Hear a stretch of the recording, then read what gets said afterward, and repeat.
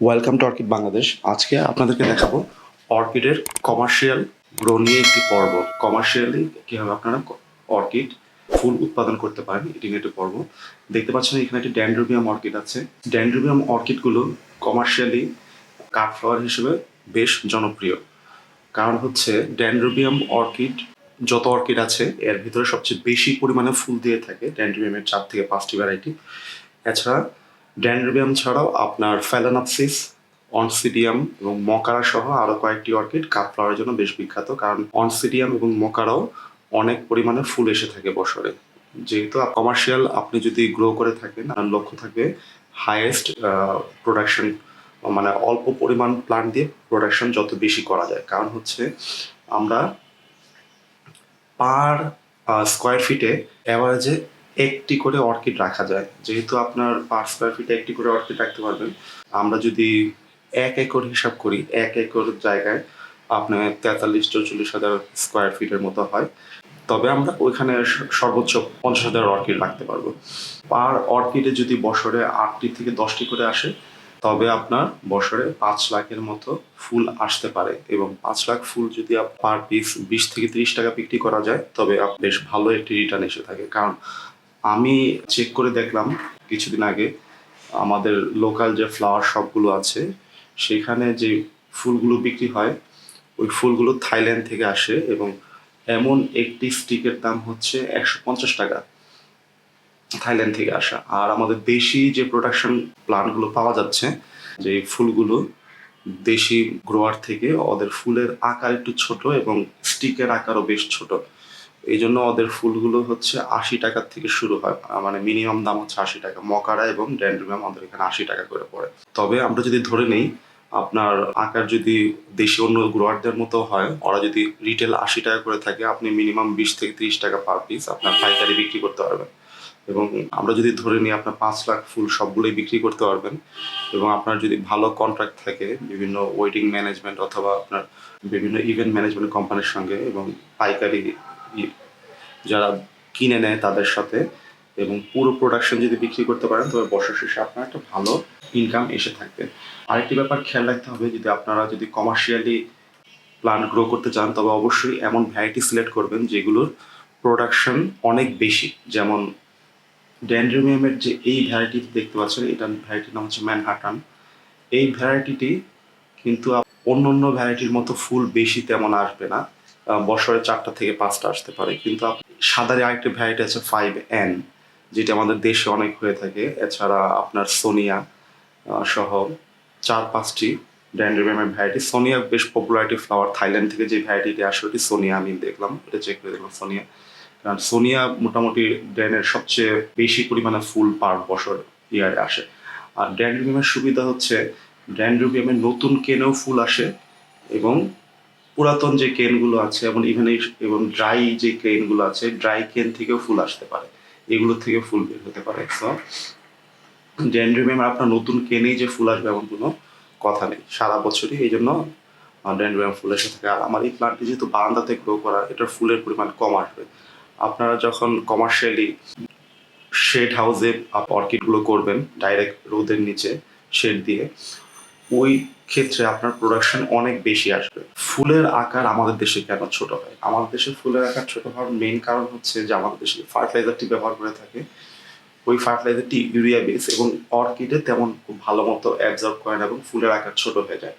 কারণ আমার এখানে আপনার সোনিয়া এবং ড্যান্ড্রোবিয়াম 5N যে স্টিকের যে আকার এবং লম্বা ছিল, আমি মার্কেটে যেই স্টিকগুলো পাওয়া যায় একই জাতের, ওটার আকারও ছোট, ফুলের পরিমাণও কম এবং ফুলটাও ছোট। এতে বোঝা যাচ্ছে যে ফার্টিলাইজার একটি ইস্যু এখানে।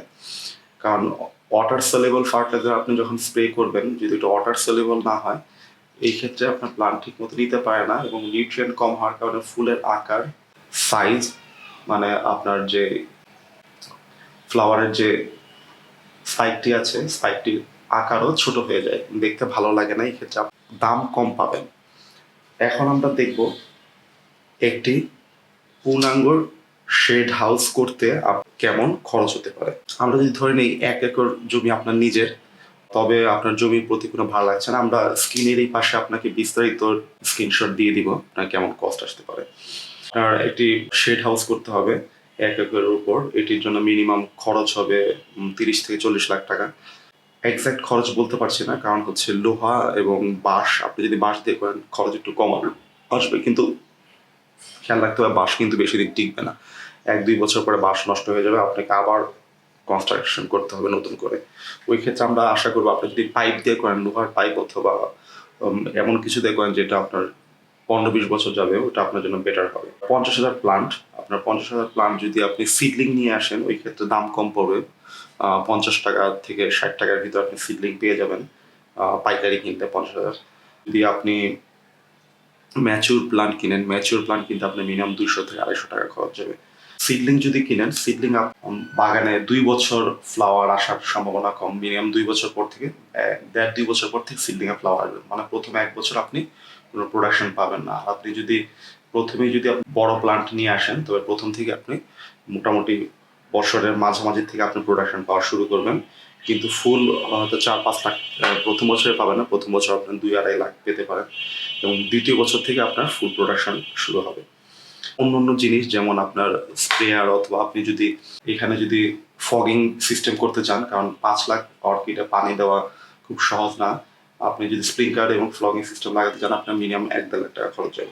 তারপর আপনার লাগবে পানির ব্যবস্থা করতে হবে, এটার জন্য ডিপ টিউবওয়েল বসাতে হবে একটি। যদি আপনার জায়গাটি ঢাকার ওয়াটার সাপ্লাই থেকে দূরে হয়ে থাকে, আপনার বা যেখানে করছেন ওইখানে যদি মিউনিসিপ্যাল ওয়াটার সাপ্লাই না থাকে, তবে আপনার নিজস্ব পানির ব্যবস্থা করতে হবে। ওই ক্ষেত্রে আপনার ওভারহেড ট্যাঙ্ক এবং পানির কষ্ট এখানে অ্যাড হবে। তারপরে বছরে লেবার এবং আপনার অন্যান্য অ্যাডমিনিস্ট্রেটিভ কস্ট 3 লাখ টাকার মতো আসবে। আরও 1 লাখ টাকা আপনার এক্সট্রা কস্ট অ্যাড করে থাকেন।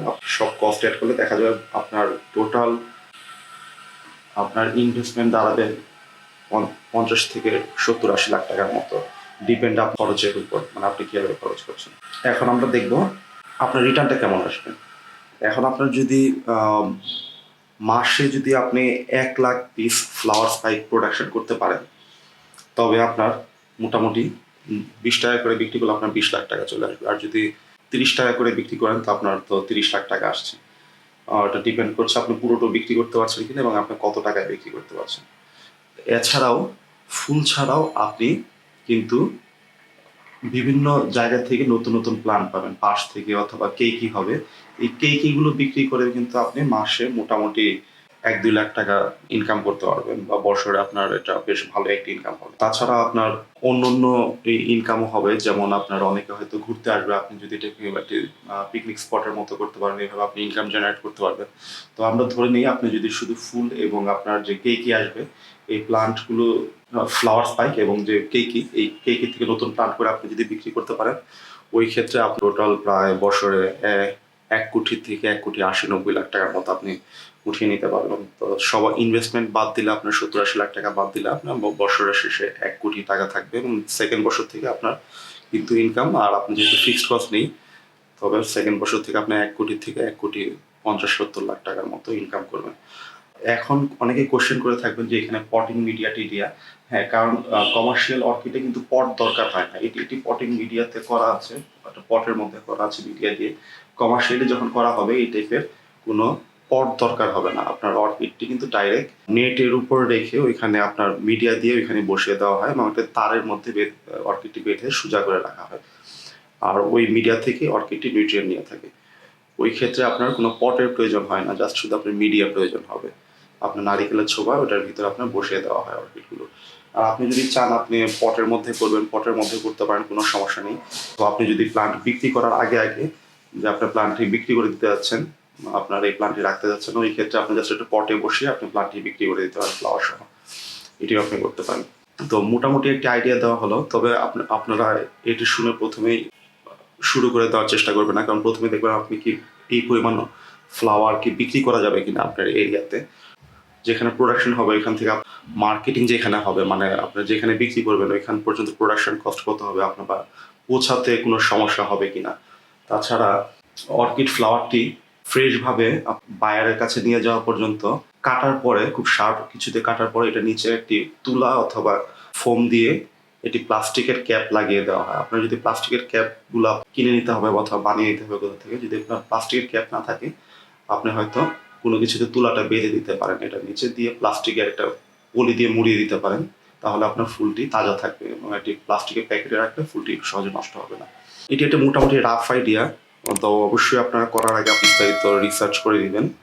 ভিডিওটি ভালো লেগে থাকলে অবশ্যই লাইক এবং শেয়ার করবেন এবং আমাদের চ্যানেলটি সাবস্ক্রাইব করবেন। ধন্যবাদ।